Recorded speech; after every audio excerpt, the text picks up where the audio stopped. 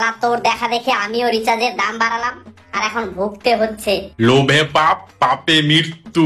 তুই শালা বিরোধী পার্টি আমাদের সাথে কথা বলবি না। এত চিন্তা কেন করছিস ভাই এয়ারটেল? এখন তো বেশি টাকা ইনকাম করবি। মাল ইনকাম করব, যে কটা কাস্টমার ছিল সেগুলো ডেলি বিএসএনএল এ পোর্ট হচ্ছে।